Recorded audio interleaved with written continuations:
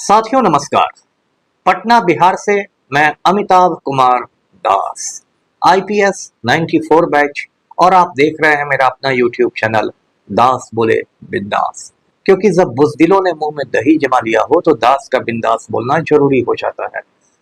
साथियों, खबर यह है कि 30 अगस्त से यानी चौथे रोज से बिहार सरकार एक भूमि सर्वेक्षण शुरू करने जा रही है। इस मामले को लेकर पूरे बिहार में असमंजस की स्थिति है। बहुत सारे अफवाहें उड़ रही हैं, बहुत सारा कंफ्यूजन है। तो इस वीडियो को आखिर तक देखिए, मैं आपको इसके बारे में बताऊंगा। साथियों, ये जो भू सर्वेक्षण है ये बिहार सरकार का राजस्व और भूमि सुधार सुधार विभाग करवा रहा है। बिहार में 38 जिले हैं, आप जानते हैं। सरकार का कहना है कि इसमें 18-19 जिलों में ये सर्वेक्षण पहले से हो चुका है, बचे जिलों में ये सर्वेक्षण होगा। पलटू राम ने इसके लिए जुलाई 2025 का डेडलाइन दिया है, अधिकारियों को उसकी तारीख दी है। अभी हाल में 1 महीने पहले राजस्व विभाग की एक बैठक में पलटू राम ने यहाँ तक कह दिया था कि मैं अधिकारियों के पैर पकड़ने को तैयार हूँ। आजकल पलटू राम बार बार पैर पकड़ते नजर आते हैं। तो खैर, ये जो भूमि सर्वेक्षण होगा इसमें दो प्रपत्र बहुत महत्वपूर्ण है, प्रपत्र 2 और प्रपत्र 3। अब ये फॉर्म 2 और फॉर्म 3 कहाँ से आएंगे? इसको आप ऑफलाइन भी ले सकते हैं, अंचल कार्यालय से भी ले सकते हैं, सर्किल ऑफिस से। आप इनको ऑनलाइन भी डाउनलोड कर सकते हैं। ये कहाँ से डाउनलोड होगा? तो एक वेबसाइट मैं आपको नोट कराता हूँ, DLRS.BIHAR.gov.in। ये जो है ये राजस्व और भूमि सुधार विभाग का वेबसाइट है। इस पर आप जाइएगा तो आप वहां फॉर्म 2 और फॉर्म 3 को डाउनलोड कर सकते हैं। अब ये जो प्रपत्र 2 है ये स्व घोषणा पत्र है, और प्रपत्र 3 जो है ये वंशावली से संबंधित है। प्रपत्र 2 जो है उसमें रैयत जो है जिसकी जमीन है वो अपनी पूरी जमीन की विवरणी देगा। तो उसके शुरू में प्रपत्र 2 में आपको नाम देना होगा राजस्व ग्राम, जो आपका गांव है। थाना नंबर देना पड़ेगा, ये पुलिस थाना नहीं है, ये राजस्व वाला थाना है, उसका नंबर आप पता कर लीजिएगा। हल्का नंबर देना पड़ेगा, फिर पुलिस थाने का नाम देना पड़ेगा, अंचल का नाम देना पड़ेगा, जिला का नाम देना पड़ेगा। ये 6 बातें आपको बिल्कुल ऊपर में देनी होगी। उसके बाद उसमें 11 स्तंभ है। इस प्रपत्र में 11 स्तंभ बने हुए हैं। जैसे जातीय जनगणना वाला प्रपत्र आपको याद होगा तो उसमें 17 स्तंभ थे, इसमें 11 कॉलम बने हुए हैं। पहले कॉलम में प्रपत्र 2 में रैयत का नाम लिखा जाएगा, जो भी रैयत हो, राम बाबू हो, श्याम बाबू हो। उसके बाद रैयत का पता लिखा जाएगा। उसके बाद अगला कॉलम जो है उसके बाद से जमीन की विवरणी शुरू होगी, उसमें खाता नंबर होगा, है ना। उसके बाद खेसरा नंबर होगा। खेसरा नंबर का मतलब हुआ प्लॉट नंबर, खेसरा नंबर आप दीजिएगा। उसके बाद उस जमीन की चौहद्दी का एक कॉलम रहेगा कि उत्तर, दक्षिण, पूर्व, पश्चिम में क्या क्या है वो आपको देना है।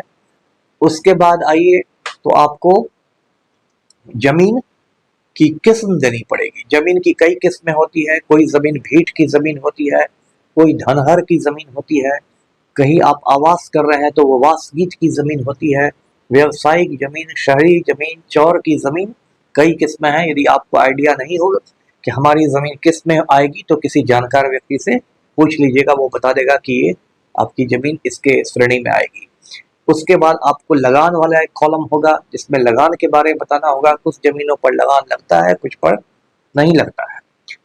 उसके बाद जो कॉलम रहेगा उस कॉलम में आपको बताना पड़ेगा स्वामित्व का आधार, मतलब जो जमीन आपके कब्जे में है, जिसको आप अपनी जमीन बता रहे हैं, तो उसका आधार क्या है।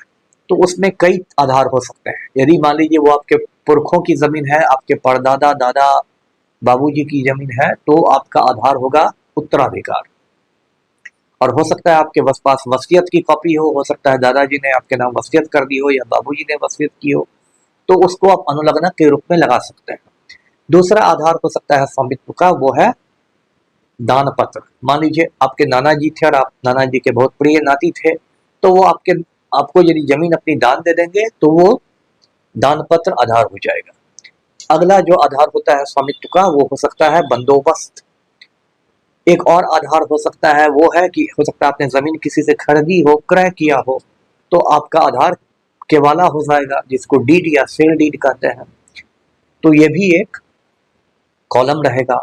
और जो आखिरी कॉलम रहेगा, 11वां कॉलम रहेगा, वो रहेगा अभियुक्ति, जिसको इंग्लिश में रिमार्क्स कहते हैं।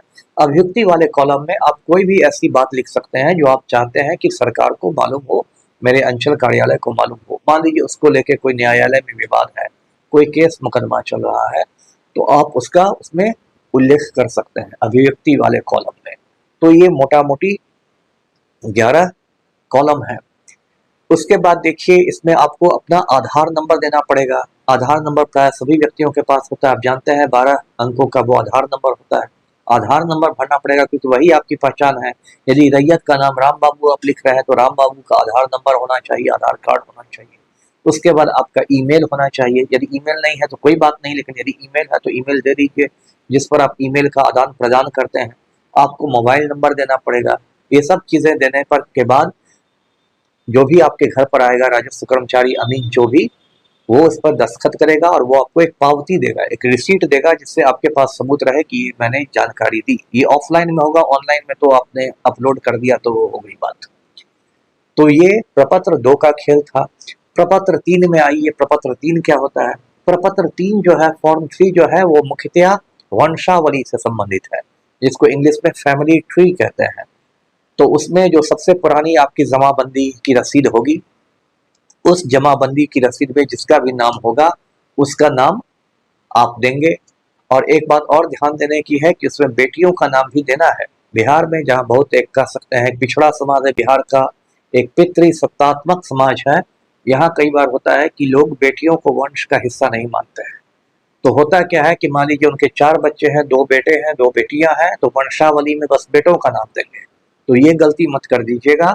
वंशावली में वंश में बेटे बेटियां सभी आती है ना। सरकार ने दोनों को बराबर कानूनी अधिकार दिए हैं।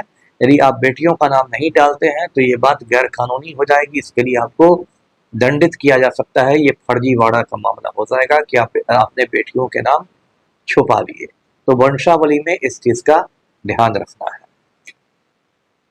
तो इसके लिए, ये पूरी चीज के लिए बिहार सरकार ने लगभग 10,000 विशेष अमीनों की बहाली की है। 9,888 अमीनों की, इन अमीनों की बहुत हड़बड़ी में ट्रेनिंग दी गई है, इसलिए बहुत सारे अमीन भी जानकार नहीं है। अभी मुझसे एक लड़का 1-2 रोज पहले मिलने आया था, समस्तीपुर से, हसनपुर से, कह रहा था कि सर, वो बताते हैं अमीन कि हम कोई पुराना कागज नहीं देखेंगे, हमें लेटेस्ट कागज चाहिए। हमने कहा कि लेटेस्ट क्या होता है?